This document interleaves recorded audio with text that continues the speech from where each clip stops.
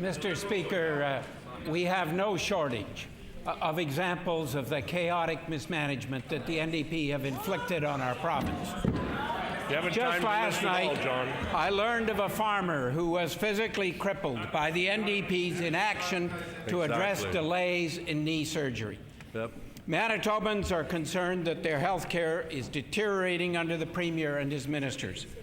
While Liberals have focused on providing real solutions, all Manitobans are getting is a blame and finger-pointing tennis match between the Tories and the NDP.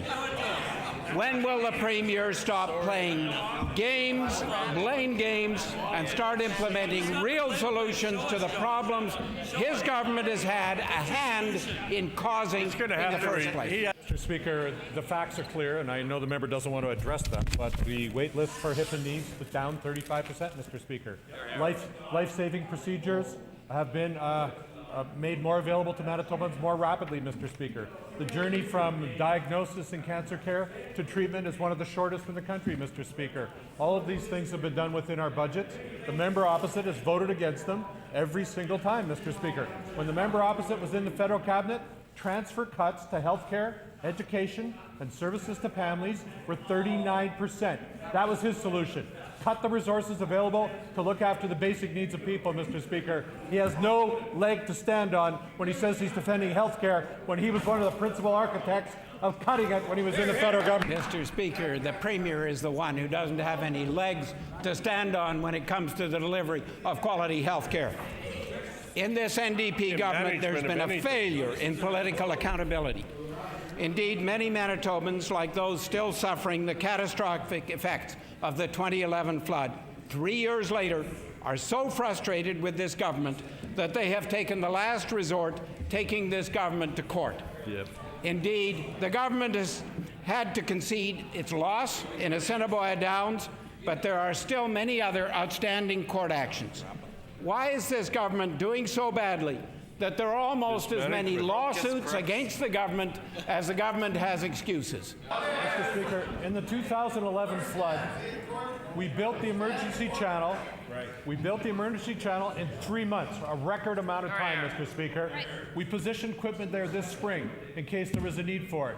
We've consulted the communities that are in that area, Mr. Speaker, and they have worked with us to ensure we have an application in front of the federal government to open the emergency channel again. All of these measures took resources, Mr. Speaker. They took money in the budget.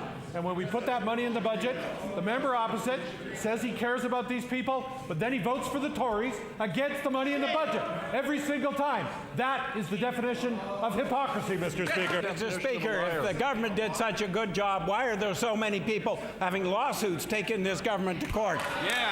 Why? Mr. Speaker, in the NDP government, there's a lack of accountability. They told Manitobans they wouldn't raise the PST. Tall tale indeed, given the 1% increase last July 1st.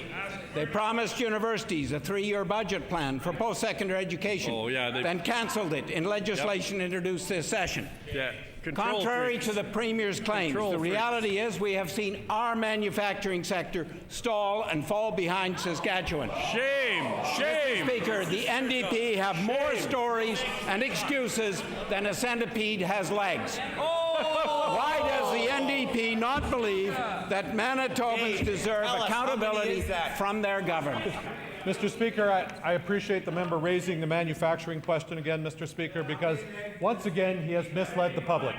In Manitoba, Mr. Speaker, we employ twice as many people in manufacturing as in Saskatchewan. 63,700 people in Manitoba, 28,400 in Saskatchewan. He was trying to say that the manufacturing sector was stronger in Saskatchewan than it is in Manitoba. We employ 2 people in Manitoba in manufacturing for every 1 person employed in Saskatchewan. Will he stand up and apologize to the people of Manitoba for misleading them on the facts about manufacturing, Mr. Speaker?